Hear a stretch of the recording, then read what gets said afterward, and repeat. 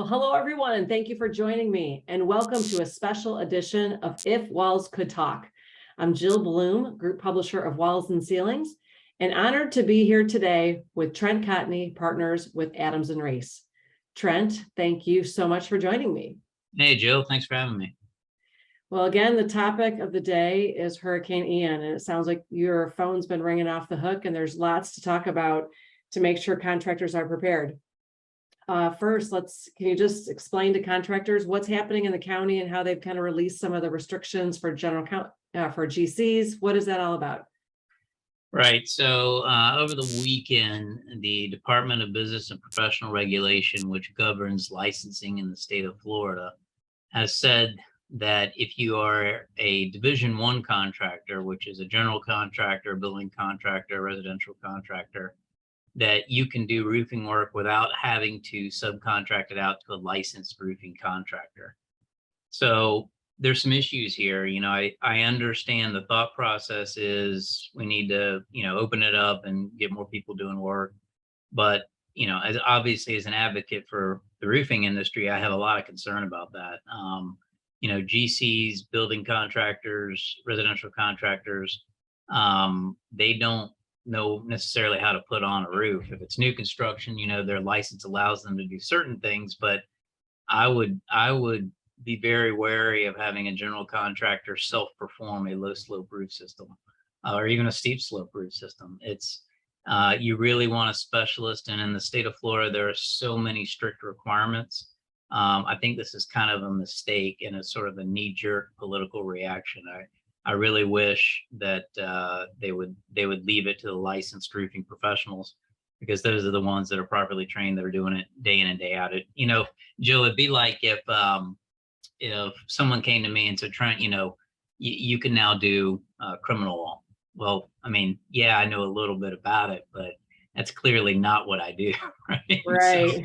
So you want somebody, especially right now, my concern is that you're going to have a bunch of, general contractors, residential contractors pretending that they know how to do roofing. And you're going to end up with a lot of claims after the fact. And the problem that we're facing in Florida, it's coming where we're not going to be insurable pretty much. It's going to be the premiums and rates are going to be so high because of all the damage that's here. My concern is that if more defect claims come out of allowing, these non-roofing contractors to do work, that's just going to cause rates to even skyrocket even more. So yeah, I don't agree with it. That's me personally, and there may be others that but from a standpoint of a roofing advocate, that's kind of the problem with it. So I guess if you're a roofing contractor, I mean, clearly you can see that there's so much work, it's overwhelming. Right. And how do you market that to the homeowner from the contractor's perspective to make sure that they've got somebody that homeowners are sure that they've got a roofing contractor on their job and not somebody who doesn't normally do that work? Yeah. So, part of it is it's interesting out there. And, I'm constantly, you and I were talking before the start, I'm constantly talking to roofers that are down there. Right. I mean, I've had 40 plus phone calls this morning, and, on the scene, it is different. Homeowners that still have homes are panicked. They just want something to keep it watertight. But, I got to tell you, FRSA, Lisa Pate, everybody there, they've already done a great job getting the word out.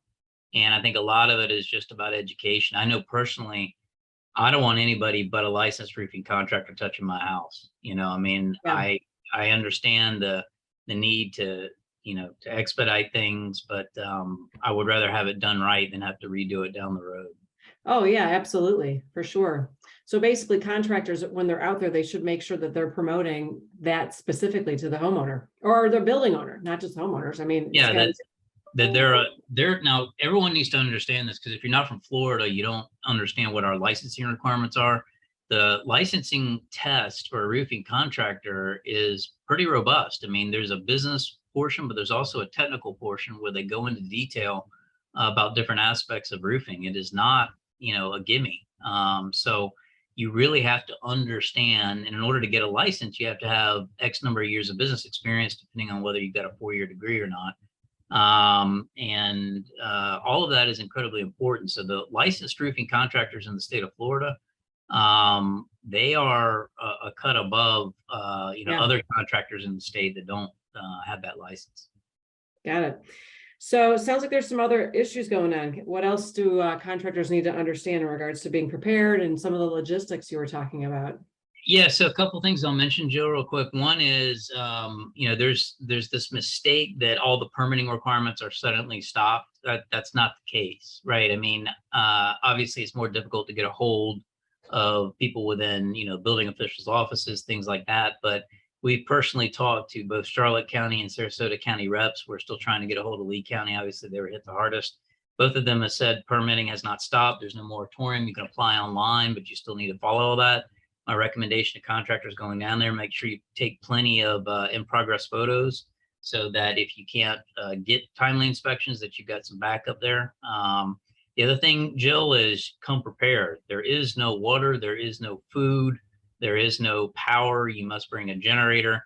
And if you plan on staying down here, if you're not, within driving distance, make sure you figure out somewhere for your crews to stay, because it is just utter destruction down there. It is a lot of contractors, even from the Tampa Bay area, that are going down there are not prepared with the amount of damage and destruction that they're seeing. So it's been real eye-opening. And so what about like a wall and ceiling contractor who's coming down to show up as well? Because it's not just roofing work that needs to be done. Yeah, absolutely. So wall and ceiling, especially drywall, anything like that, you need to bring your own materials. You need to bring your own fasteners. Don't anticipate that you'll be able to source anywhere. So make sure that you have a sufficient amount of supplies and materials with you, because that may be all that you will be able to get. Now, obviously, I've talked to distribution. They're doing their best to get stuff in there, but the demand is so overwhelming that, our walls and ceilings contractors, they need to understand, bring your materials, bring your equipment, bring your tools, bring everything that you could possibly need, because you're not going to be able to find it on the scene. Sounds great. Well, Trent, thank you again, as always, for all your insight. And if anybody has any questions, Trent, clearly people know how to get a hold of you because your phone's ringing off the hook. But how do they email? How do they email you? Sure, they can get me at trent.cotney@arlaw.com. Sounds great. If anybody has any questions for us, it's roofingcontractor.com, wconline.com, or buildingenclosureonline.com. And while you're there, make sure you sign up for our free e-newsletter so you can always stay up to date on our great videos with Trent. Thanks so much, Trent. Thank you.